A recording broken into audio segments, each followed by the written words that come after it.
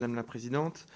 D'abord, je me réjouis du travail de contrôle et d'audition qu'on est en train d'entamer. Le Sénat a créé une commission d'enquête. Je crois entendre qu'il pourrait y avoir ici une mission d'information. Je pense que suite aux auditions qu'on a eues juste avant, ce sera plus que nécessaire parce qu'il faut vraiment qu'on rentre dans le détail pour bien comprendre ce qui s'est passé ne peut pas se reproduire. Monsieur le ministre, une première question sur la temporalité de la distribution.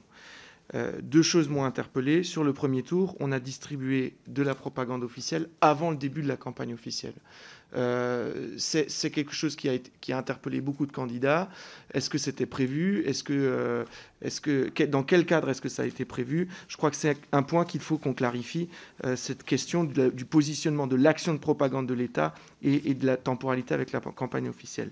Sur le deuxième tour, j'ai des maires qui m'ont rapporté avoir vu dans leur commune des messagers, parce que c'est comme ça qu'on a appris qu'ils s'appelaient, distribuer le dimanche du deuxième tour encore des professions de foi. Là c'est le comble du ridicule. C'est-à-dire qu'on n'arrive pas à distribuer, que l'État n'arrive pas à organiser la distribution des professions de foi avant l'élection, c'est scandaleux, mais qu'en plus, ces prestataires distribuent le jour de l'élection et à un horaire avancé des professions de foi, là ça en devient une humiliation. Enfin, c'est assez invraisemblable. Deuxième question, quel est le mécanisme de contrôle que vous avez mis en place sur l'exécution des contrats et notamment préalablement à la distribution, en matière de validation des process, de validation des organisations qui sont mises en place? C'est quand même des marchés conséquents. Quels sont les outils de pilotage que vous avez mis en place? Troisième question sur la mise sous pli. Pourquoi est-ce que ça a été si peu anticipé? Comment est-ce que vous avez, là aussi, sous-traité?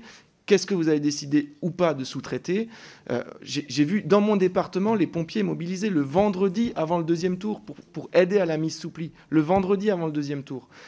Comment est-ce que vous avez géré ça? Parce que ça semble être vraiment de la responsabilité du ministère de l'Intérieur.